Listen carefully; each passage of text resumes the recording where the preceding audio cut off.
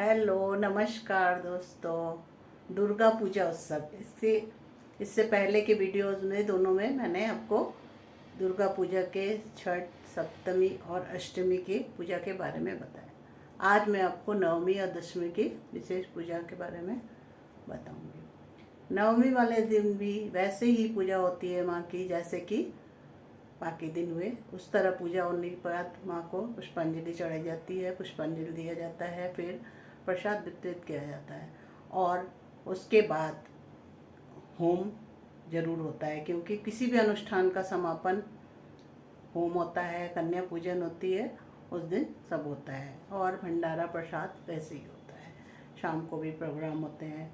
दसवीं वाले दिन जो माँ को चढ़ाया जाता है वो दोई कर्मा कहते हैं उसको।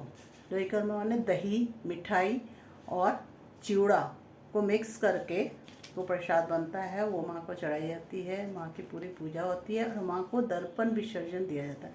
जैसे कि प्राण प्रतिष्ठा करी थी, उस तरह माँ को अब विदा करने का वक्त आ जाता है, तो माँ को विदा करते हैं और उसे दर्पण विसर्जन ऐसे कि एक परात में दूध और आलते को मिक्स करके रखते हैं और उसके ऊपर दर्पण यानी आईने को इस तरह एडजस्ट करते हैं कि उसमें माता को अपना प्रतिबिंब दिखता है और वो दर्पण विसर्जन कहलाया जाता है। इसके बाद सुहागिन औरतें माँ को सिंदूर लगाती हैं, उनकी आरती उतारती हैं और उसके बाद एक दूसरे को सिंदूर वगैरह लगा के वो खेलते हैं, उसको सिंदूर खेला कहते हैं।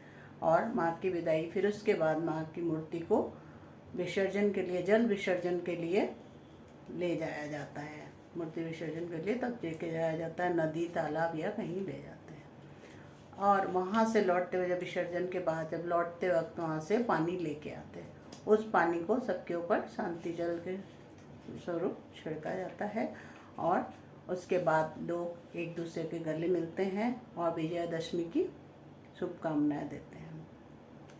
और छोटे लोग, जो छोटे बच्चे या जो कम उम्र के होते हैं छोटे, वो लोग बड़े लोगों की पैर छूते हैं और आशीर्वाद लेते हैं। और ये विजय सम्मेलन कहते हैं इसे। और ये विजय सम्मेलन कई दिन तक चलता है। इसे सार्वजनिक रूप से भी मनाया जाता है कई जगह कि विजय सम्मेलन के रूप से, और उसके सिवा ये ऐसे भी मनाया जाता है कि लोगों के घरों में जा के एक दूसरे से मिलते हैं, एक दूसरे को शुभकामनाएं देते हैं, मिठाई वगैरह खाते हैं, खिलाते हैं।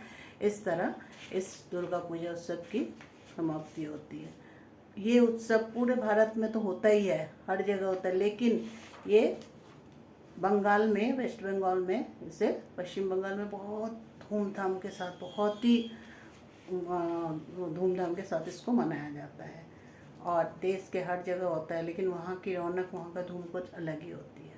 देश के साथ ही साथ विदेशों में रहने वाले भारतीय भी इस उत्सव को मनाते हैं।